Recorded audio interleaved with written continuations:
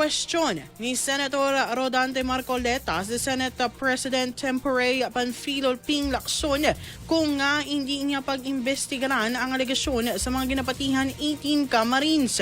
Sa iyang privilege speech, ginpahayag ni Senator Marcoleta nga dapat magpatigayon sang hearing angot sa mga ginpangsugid sang 18 ka anay Marines.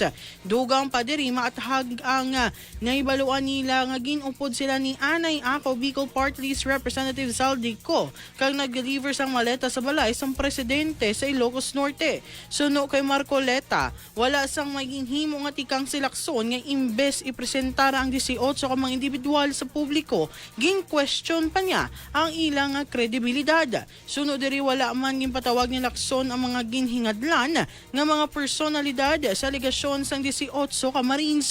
Nagsabat naman si Senator Lacson nga ang mandato sang Senate Blue Ribbon Committee ang para ipagwa ang kamuturan sang sa magpakita sang wala basihan nga alegasyon.